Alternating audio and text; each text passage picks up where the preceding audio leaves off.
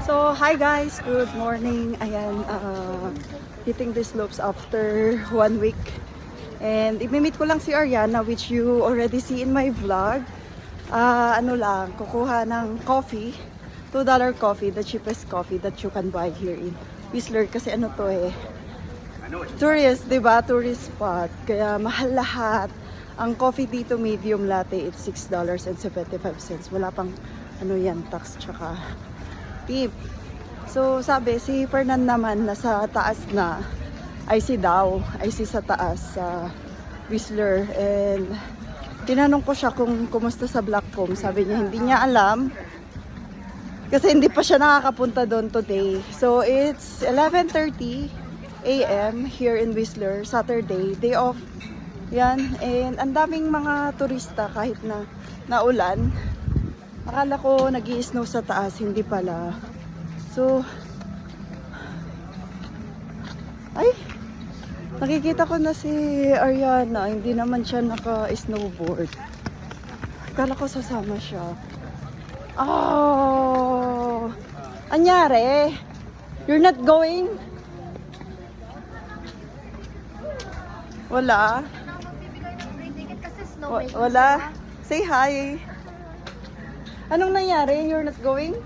Wala, hindi pa sila sumasagot. They're off at lunchtime at noon. So, baka doon they can give me yung ticket. But, it's already 11 na. Siguro hahabol. Ayan guys, snowboard. Ganito, yung sa snowboard park. Tapos yung gears na din nandyan. So, I was expecting we're going together. Ako rin dapat noon pa siya pinag-release mo sa text nilang 8 a.m. Oo. Hindi siya text. And nag-inuman kami kagabi before yung shift niya. Wala talaga. Kung body pass, gusto mo?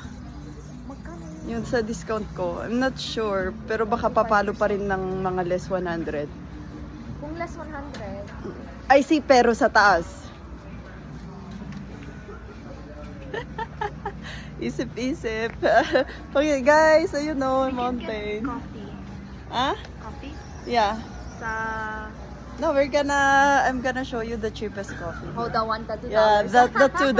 It's actually just $2, diba? guys.